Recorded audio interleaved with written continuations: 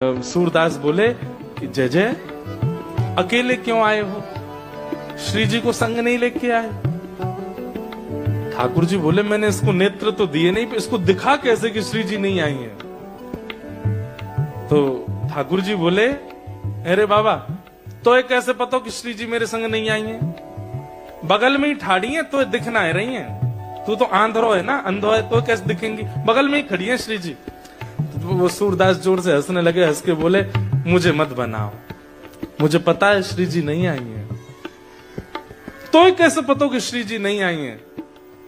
बोले क्योंकि इतनी देर हो गई आपको आए हुए, अभी तक मैं अंधा ही हूं। श्री जी अगर आई होती ना, प्रकट होती, सबसे पहले आंख दे देती बिना बोले। ये प्रमाण है कि श्री जी नहीं आई है।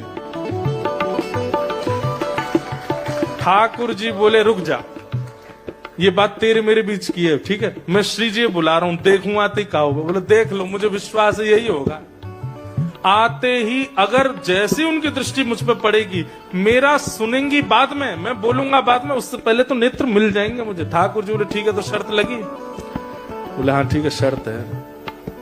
बदले में क्या दोगे?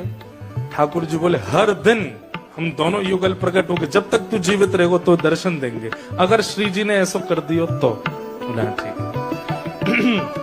ठाकुर जी ने पुकारा किशोरी जी को, हे राधे वृषभानुभूप तनये, हे किशोरी जी, हे श्यामाजू, हे लाडली जू, प्रकट है जाओ।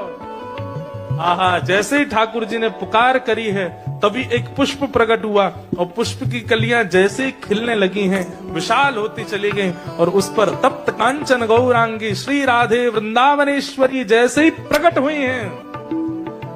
प्रकट होते ही किशोरी जी ने सामने उस सूरदास को जैसे ही देखा, ठाकुर जी बुला रहे हैं, पर ठाकुर जी की ओर ने जैसे ही नेत्र खोल करके सूरदास को देखा, तुरंत किशोरी जी ने नेत्र बंद करके दोनों भुजा उनके नेत्रों पर फेरी और उनके नेत्र प्रकट हो गए। और जैसे ही नेत्र प्रकट हो, फिर बोली हाँ श्याम सुंदर, आपने बुलाया था हमको, बढ़िया किया आपने आकर के, हार गए हम तो, अब क्या करना है?